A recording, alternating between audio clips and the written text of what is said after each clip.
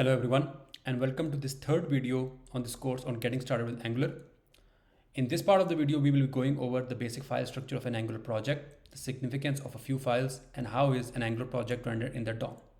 So before I begin, I would like to go over a few basic files which I believe are extremely important. So this is our Angular project which we created in the last video. We ran a command ng-new and it created a project for us. And now we have this project with a whole bunch of files.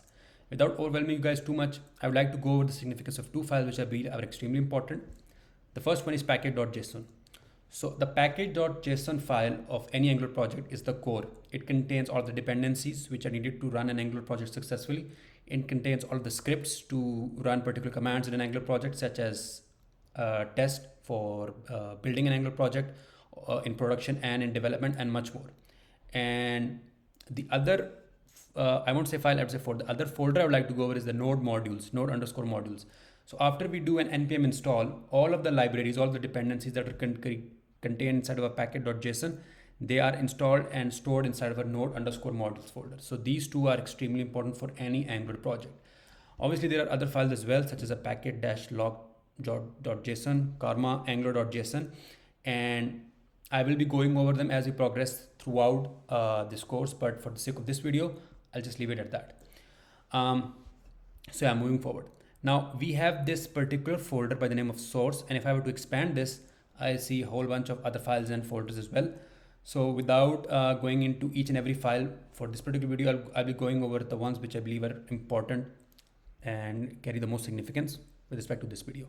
The first one is the index.html file. Now, I said this in the very first video, is that Angular is used to build single page web applications which are fast, which are reactive, and which give users that mobile application type of experience in the world of web applications.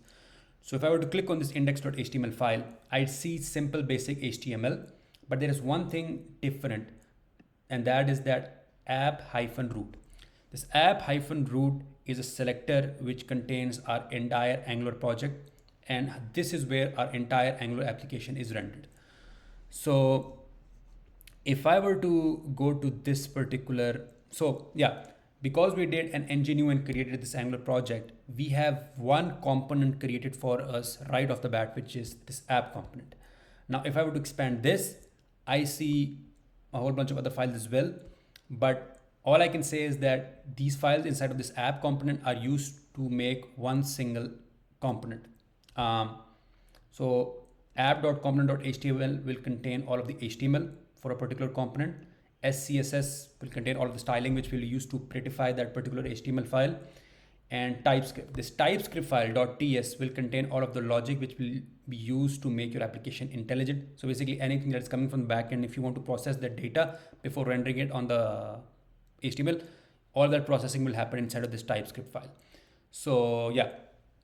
And there are other files as well, such as app.module.ts.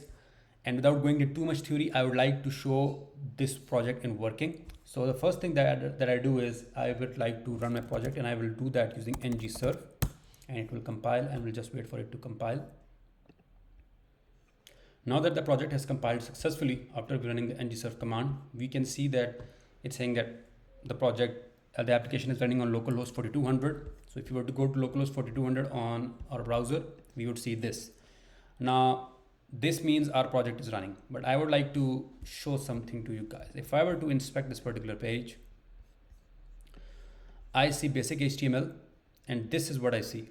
This is where my entire Angular app will be rendered, always, at all times. So if I were to click on this and hide this, all I see is a basic white page, which does make sense. So yeah, this particular app-root is where all of the Angular project will be rendered, and that's all there is to it. So if I were to edit this particular app.component.html, let's say I want to remove this entire content. I would just want to have an h1 tag and say welcome to my app. I click on save. I save using Control S, and I see welcome to my app. Straightforward, nothing fancy. Now inside of app.component.ts, I've already said that this particular file is where all of the logic handling will take place. I see this decorator by the name of component. This component is nothing more than it tells Angular about this particular component. It gives information to the main Angular framework about this particular component, which is the app component. It tells Angular that if you want to reference, like the identifier for this particular component, or the name for this particular component is app-root. Where does the template, by template means the HTML, or it can be a pug template, or it can be HTML, it can be anything. Where does the template lie for this particular project? So it's app.com.html, so basically the address. And where does the styles file lie? So it's an array, and that array contains the address of the SCSS file. So this decorator, this component decorator, just gives information to Angular about this app component as a whole. Now, what is the significance of this TS file? So we have defined our explode class app component. We have defined a variable by the name of first dash project. Let's say I want to make this, I want to change this, I want to make this like, yeah, something, let's just say Australia. Yeah, I defined a variable by the name of title, and the value that I've given it is Australia. How do I render it inside of my HTML? What I do is I use this double bracket notation. So I've laid out two double brackets, both on each side, and I define my variable name, which is title, over here.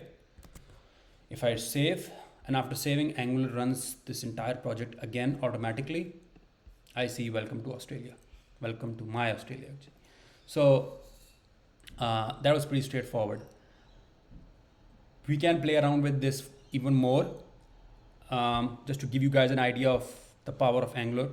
So let's say I want to define an input tag, and in this input tag, what I wanted to do is, if I want to type something over here, this Australia or this title variable, it should change in real time without the browser reloading.